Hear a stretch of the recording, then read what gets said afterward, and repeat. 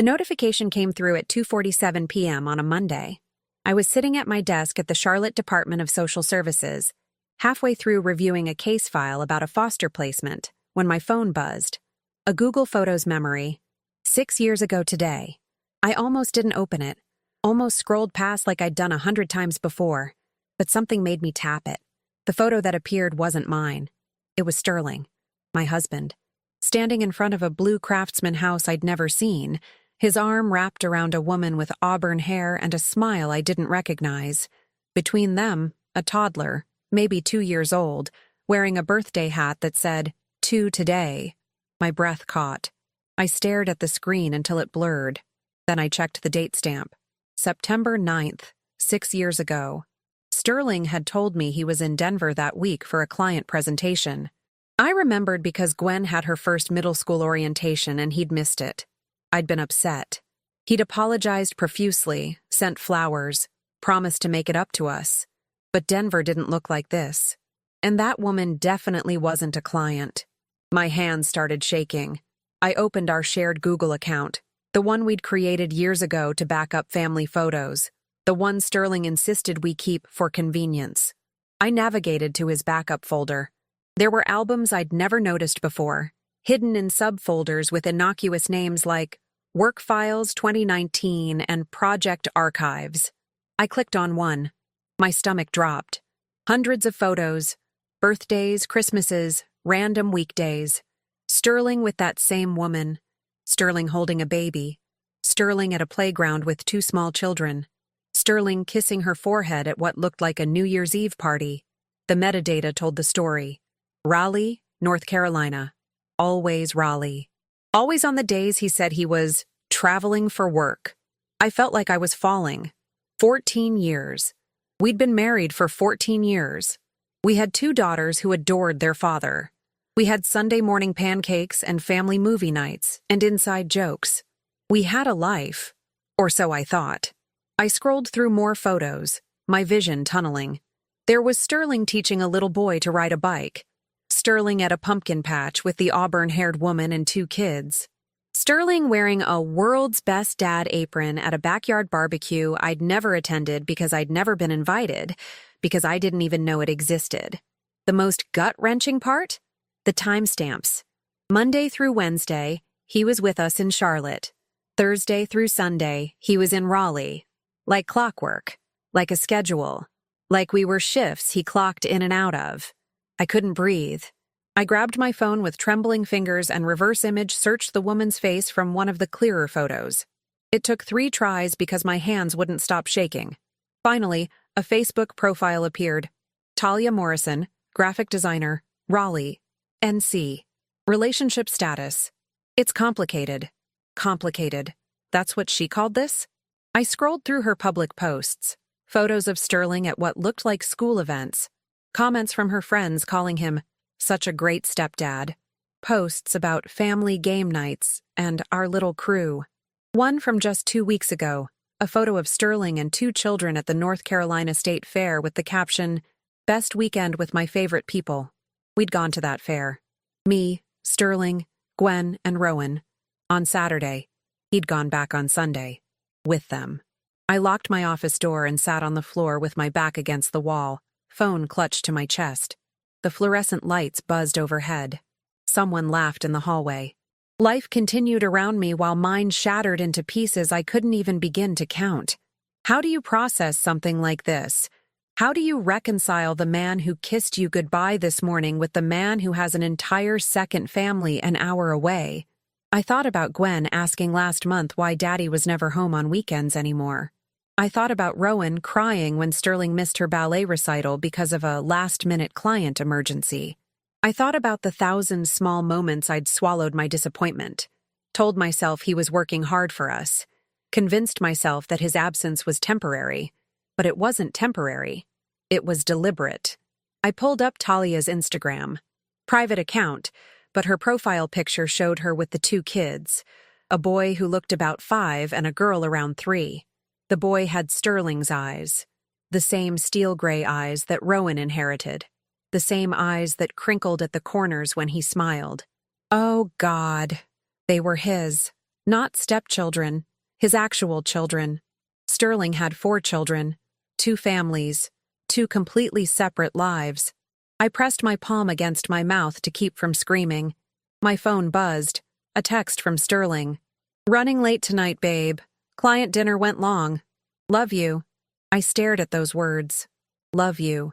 He'd sent the same message probably 1,000 times over 14 years. I'd always believed it, always trusted it, always waited up for him with the porch light on and his favorite tea steeping on the kitchen counter. What an absolute fool I'd been. But here's the thing about being a social worker. I've spent 12 years helping people navigate impossible situations. I've sat across from women whose worlds imploded and helped them find solid ground. I've documented evidence, built cases, connected people with resources they didn't know existed. And right then, sitting on my office floor with my heart in pieces, something cold and clear settled over me. I wasn't going to cry. Not yet. I wasn't going to confront him. Not yet. I was going to do what I do best. Gather evidence, build a case, and execute a plan so thorough that there would be no escape, no excuses, no way for him to talk his way out of this. Sterling thought he was living 2 perfect lives. He had no idea I was about to make them collide. I didn't go home that night.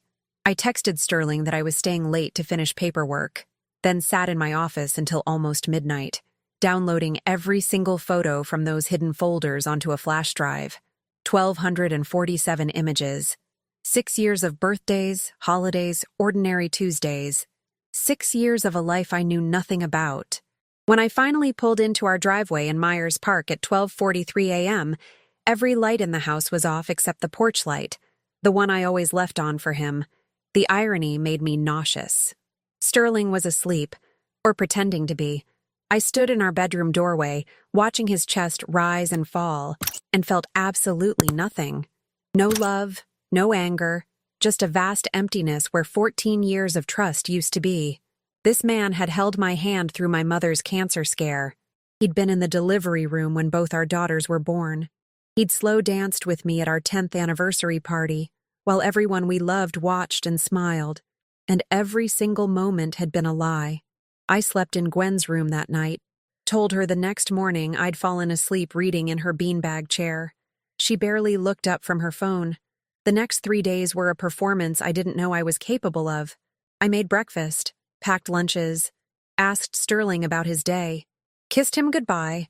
The words tasted like ash, but I said them anyway because I needed time.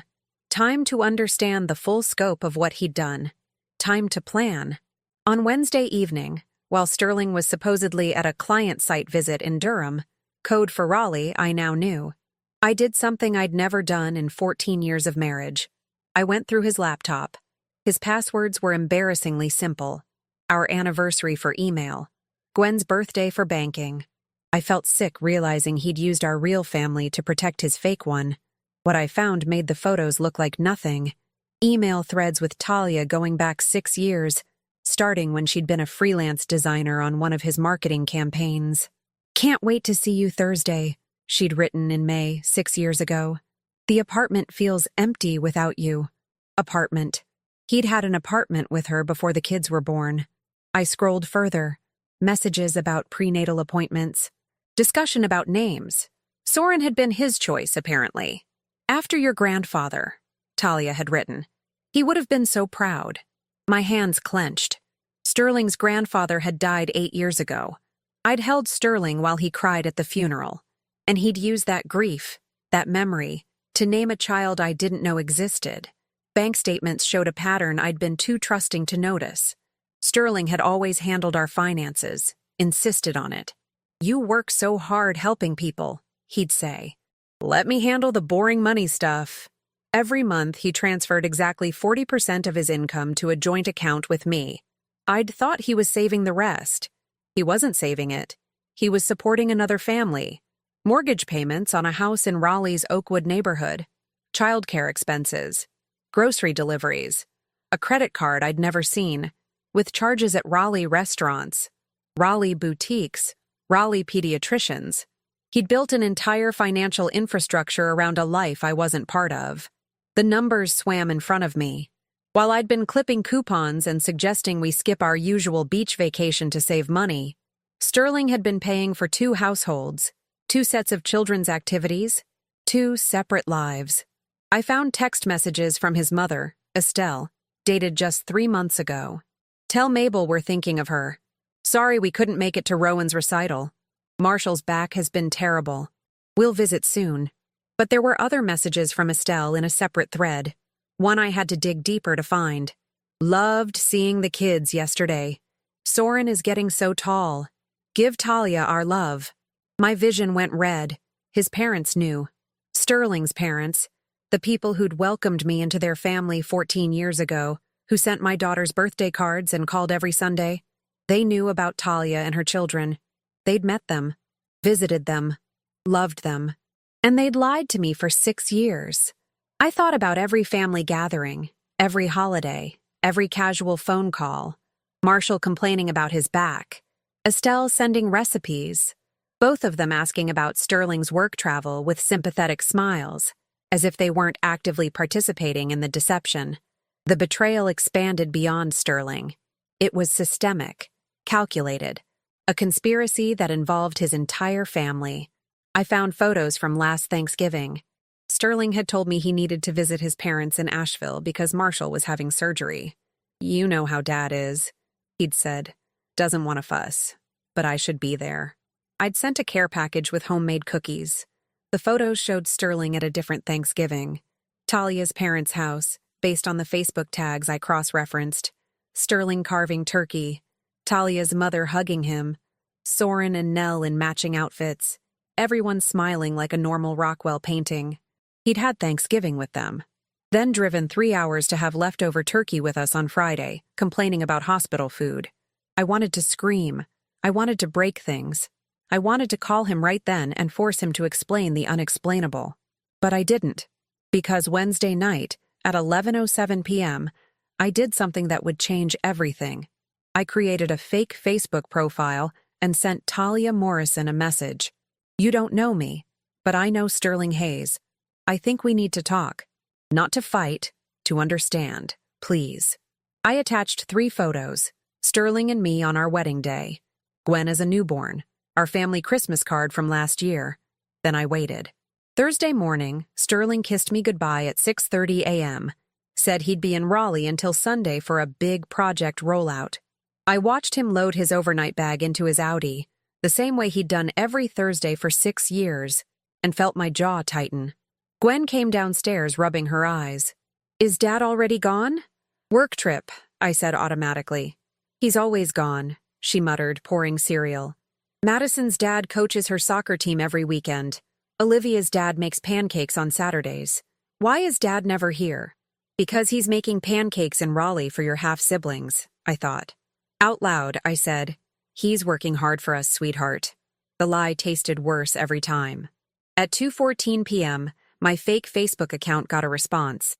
"Who are you? What is this?" My fingers trembled as I typed back. "My name is Mabel Fletcher. Sterling is my husband. We've been married 14 years. We have 2 daughters. And I think you need to see something." I attached screenshots, bank statements, email threads, photos from our life. 3 dots appeared, disappeared, appeared again. Finally, "I'm going to be sick." Then, "He told me you were divorced. He said the divorce was finalized 3 years ago. He said you'd moved to California with the kids and wanted nothing to do with him." I read that message 4 times. Divorced, California, wanted nothing to do with him. He'd erased me, made me a villain in a story Talia believed, made our daughters disappear into a fictional past while he built a present with her children. My response was short. "I've never been to California. We're not divorced. And I think you and I need to talk, face to face." The 3 dots appeared immediately. "When?" "We met on Saturday morning at a Starbucks in Durham, neutral territory, halfway between Charlotte and Raleigh. I arrived 15 minutes early, ordered a black coffee I didn't drink, and sat by the window where I could see the parking lot. My hands wouldn't stop shaking. What do you say to the woman who's been sleeping with your husband? The woman who has his children? The woman who thought you didn't exist?" At 10:03 a.m., a silver Honda Pilot pulled into the lot. Talia Morrison stepped out, and I recognized her immediately from the photos. Auburn hair pulled into a messy bun, yoga pants, and an oversized cardigan. She looked exhausted, scared. She looked exactly how I felt. We made eye contact through the window. For a moment, neither of us moved. Then she walked in, shoulders tight, eyes red-rimmed like she'd been crying for days. "Mabel?" Her voice cracked. I nodded, gestured to the chair across from me. She sat down slowly, clutching her phone like a lifeline. I don't even know where to start." "Start with the truth," I said quietly. "When did you meet him?" 6.5 years ago. I was freelancing, designing marketing materials for his firm. He was charming, attentive, funny. He asked me to dinner after our third meeting. Said he was divorced, that his ex-wife had taken their kids to California and he barely saw them because she'd made visitation impossible. Her voice broke. I felt sorry for him. God, I'm such an idiot. "You're not an idiot," I said, and meant it. "You're a victim. We both are." She looked up, tears streaming down her face. "He proposed to me 3 years ago. I said yes, but he kept postponing the wedding, always some excuse, work stress, family issues, wanting to wait until Soren was older. I thought he was scared of commitment after a bad divorce. I never imagined that he was already married, to someone who had no idea I existed." She wiped her eyes with her sleeve. "I've been to his parents' house, Mabel. Multiple times. Marshall and Estelle welcomed me and my kids like family. They've babysat. They've come to birthday parties. How could they do this?" That was the question I'd been asking myself for 5 days straight. "Because Sterling is their son," I said bitterly. "And apparently loyalty to him matters more than basic human decency." Talia pulled out her phone with trembling hands. I brought everything. Photos, messages, bank records. He has a house in Raleigh under his name. We've lived there for 4 years. He pays the mortgage. He's on the kids' birth certificates. He's their father in every legal way. He's also legally married to me, I said, which makes everything he's done with you complicated. It makes him a liar. She scrolled through her phone. "Look at this. Last Thursday, he texted me saying he had to handle family business in Charlotte, that his elderly aunt was in the hospital and he needed to help sort arrangements. He was so convincing. I made him soup to take with him. I felt sick. Thursday through Sunday, he's supposed to be in Raleigh with you. That's his work schedule.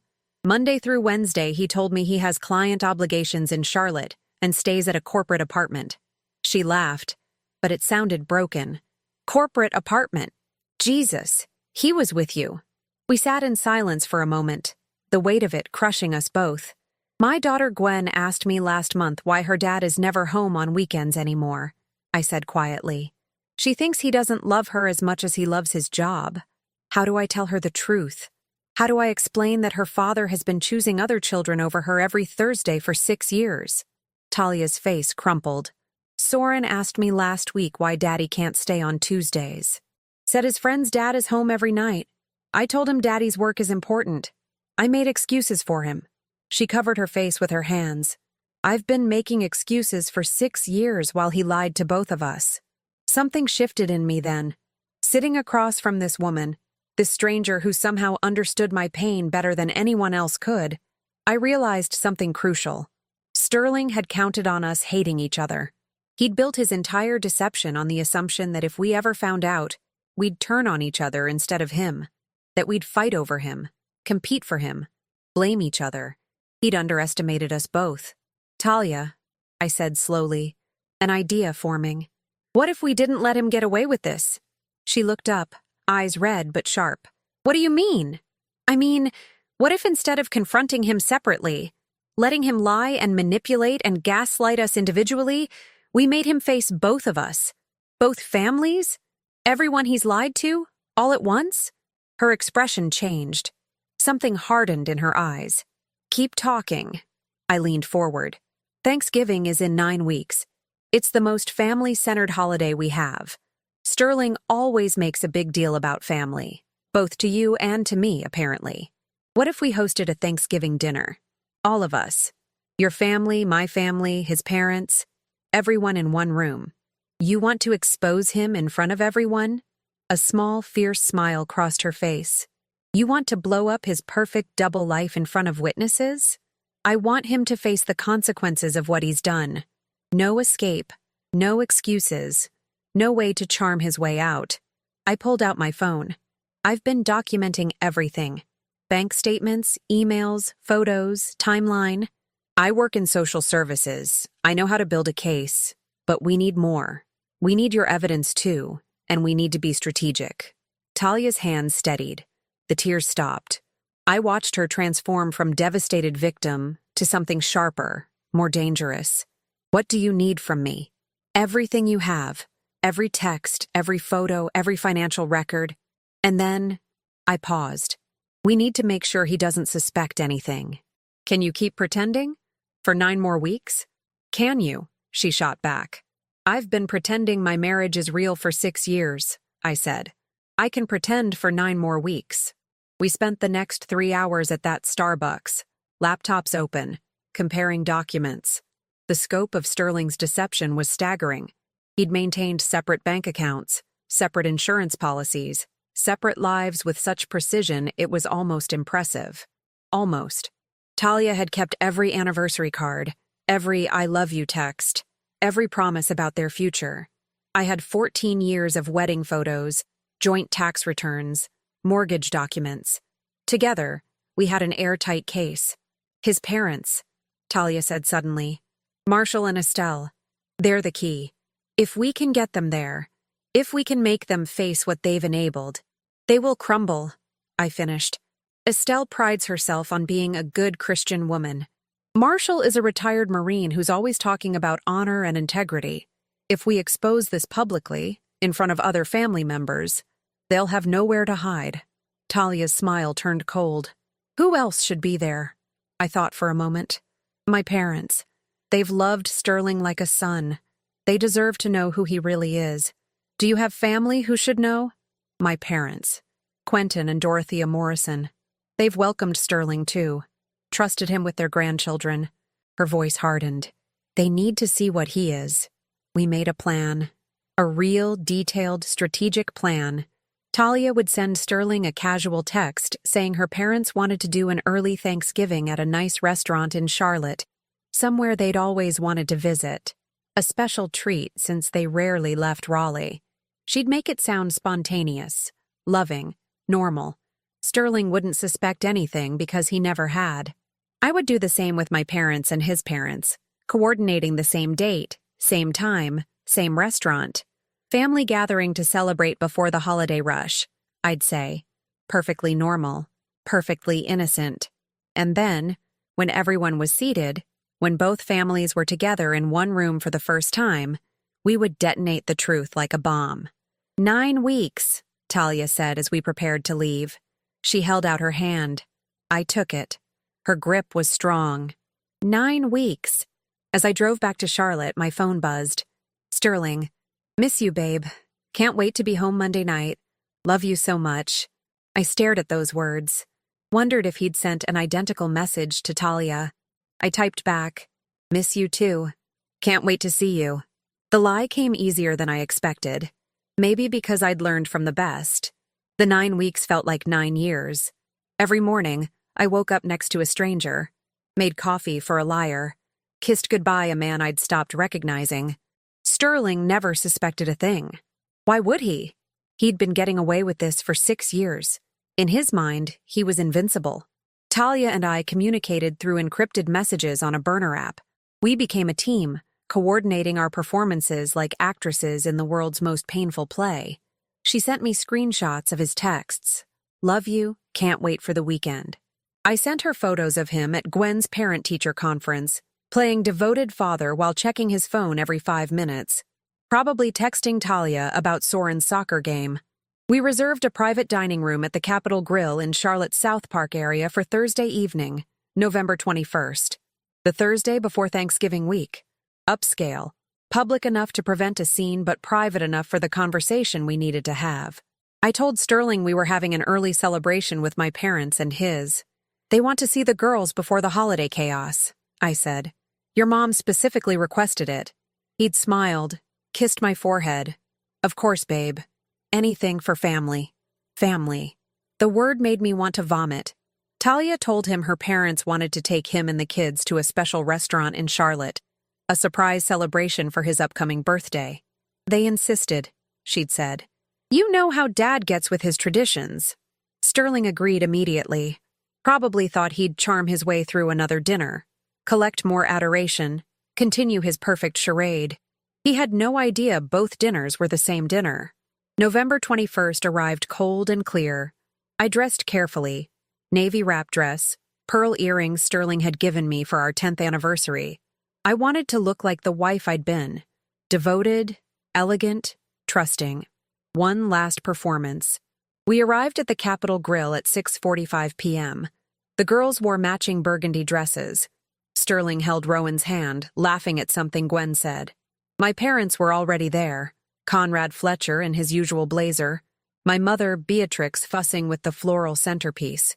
Marshall and Estelle arrived moments later, Estelle already gushing about how wonderful it was to have everyone together. Where's the rest of the party? Marshall asked, glancing around the private room. They're running a few minutes late, I said smoothly. Traffic from Raleigh, you know. Sterling's phone buzzed. He glanced at it, frowned slightly. Talia says they're parking now. Wait. His face went pale. She's here? In Charlotte? Who's Talia? My mother asked. The door opened. Talia walked in holding Nell's hand, Soren beside her. Behind them, Quentin and Dorothea Morrison. Talia wore a black dress that mirrored mine. Her expression was calm, controlled, devastating. Sterling stood up so fast his chair fell backward. What is this? Sit down, Sterling, I said quietly. Mabel, I can explain. Sit down. The room went silent. My father's face had gone from confused to thunderous as he looked between Talia's children and Sterling. Estelle's hand flew to her mouth. Marshall's military posture went rigid. Gwen whispered, Mom, what's happening? I walked to the head of the table, Talia joining me. We stood side by side, two women who'd been played by the same man. Everyone, I said, voice steady despite my racing heart. I'd like you to meet Talia Morrison. For the past 6 years, she's been Sterling's partner. These are their children, Soren, who's 5, and Nell, who's 3. The silence was deafening. Sterling has been maintaining 2 complete families, Talia continued, her voice clear and strong. 2 homes, 2 sets of children, 2 entirely separate lives. He told me Mabel was his ex-wife who'd moved to California. He told Mabel he was traveling for work every Thursday through Sunday. My mother made a choking sound. Conrad stood up, fists clenched. Sterling, tell me this is a misunderstanding. Sterling's mouth opened and closed. His face had gone from pale to red to pale again. This isn't... You don't understand? We understand perfectly, I said, pulling out a folder. Bank statements showing duplicate households. Mortgage payments on 2 properties. Birth certificates with your name. Tax documents you falsified. 6 years of meticulously documented lies. I slid copies across the table. My father grabbed one, scanned it, then looked at Sterling with pure disgust. Estelle was crying. Sterling, how could you? How could you do this to these women? To these children? Mom, Did you know? My mother's voice cut like glass, directed at Estelle. Did you know about this? Estelle's tears stopped. Guilt washed over her face. They knew, Talia said flatly. Marshall and Estelle have met my children. Multiple times. They've been to our home in Raleigh. They've known for at least 4 years. The room exploded. Conrad lunged toward Marshall. You knew? You knew he was destroying my daughter and you said nothing? Marshall stood up, face red. We thought he'd end it. We told him to end it. But you never told us. Beatrix's voice cracked. You let us believe everything was fine while our daughter lived a lie. Quentin Morrison spoke for the first time, his voice deadly calm. You let my daughter believe her partner was faithful. Let my grandchildren believe their father was theirs alone. You're complicit in this. Gwen started crying. Rowan grabbed my hand. Mommy, I don't understand. I knelt down. held both my daughters. I know, baby. I'm so sorry you had to find out this way. Sterling finally found his voice. Mabel, please. Can we talk privately? I can explain. Explain what? I stood up, fury finally breaking through. Explain how you've spent 6 years lying to everyone in this room? Explain how you missed Rowan's ballet recitals to go to Soren's soccer games? Explain how you've been playing Father of the Year in 2 different cities while our daughters wondered why you're never home. I love all of you. You don't know what love means, Talia's voice cracked. Love doesn't lie. Love doesn't manipulate. Love doesn't build entire relationships on deception. Sterling's lawyer instincts kicked in. This is insane. You two planned this together? You ambushed me.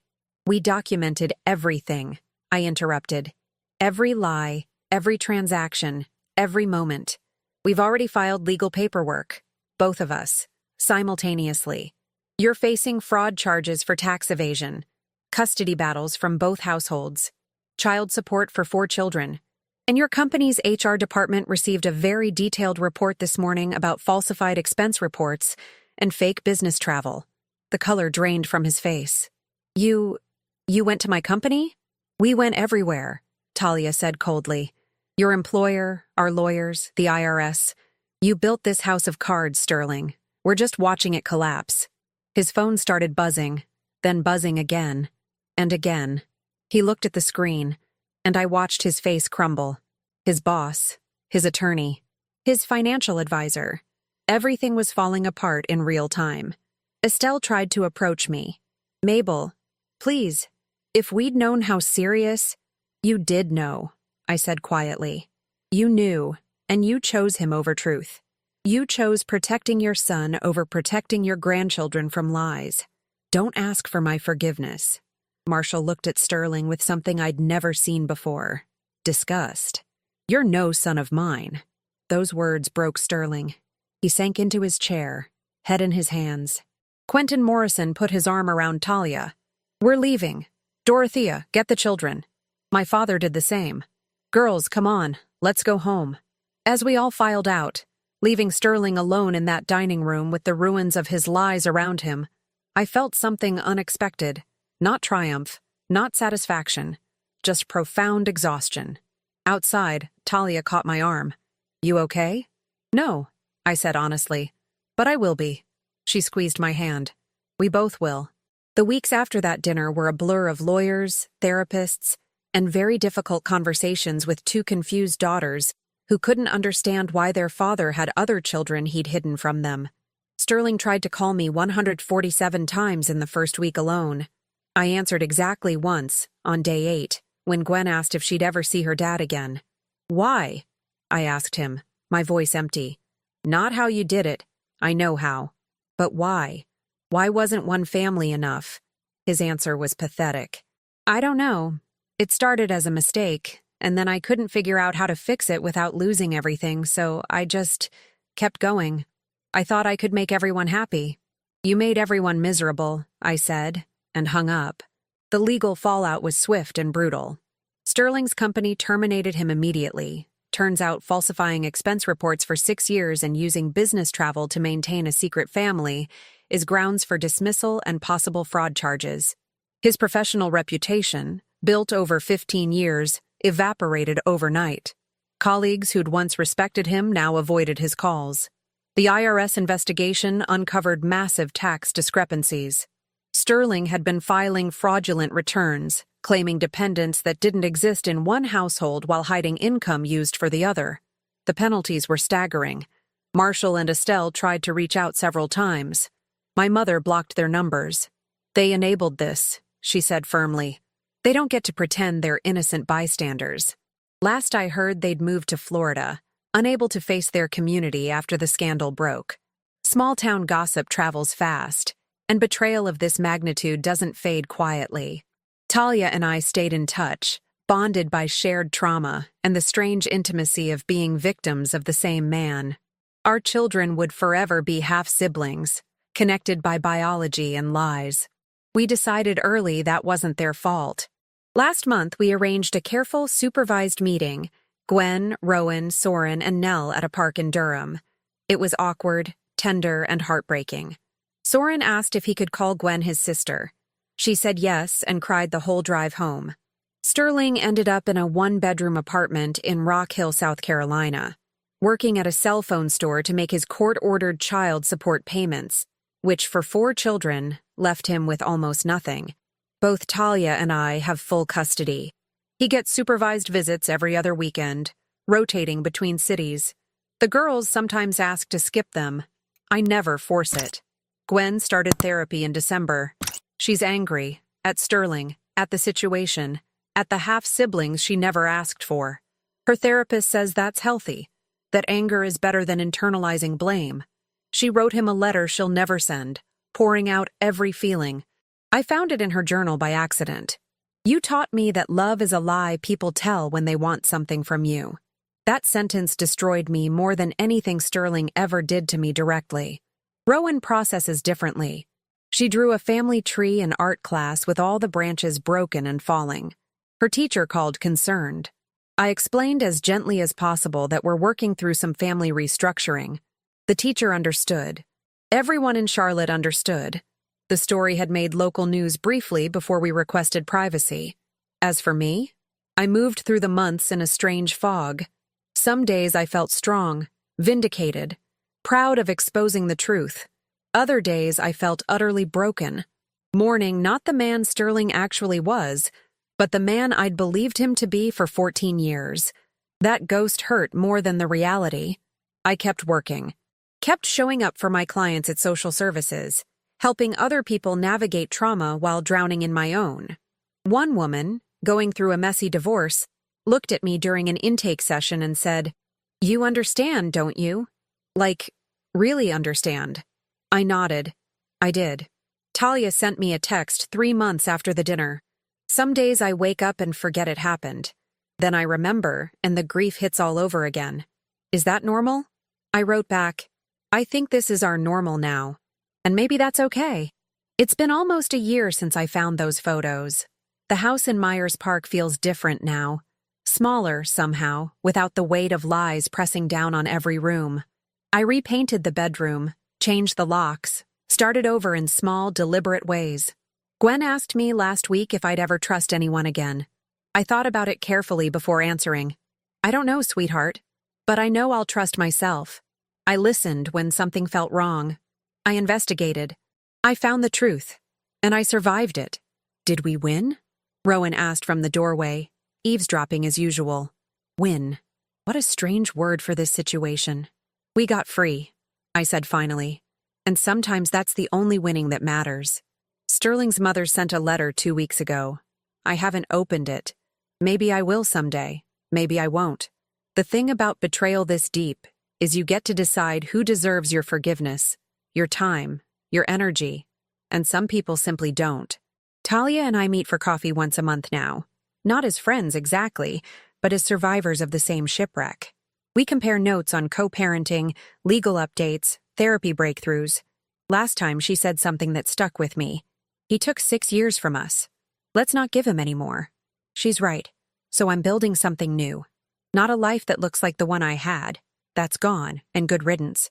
But something honest.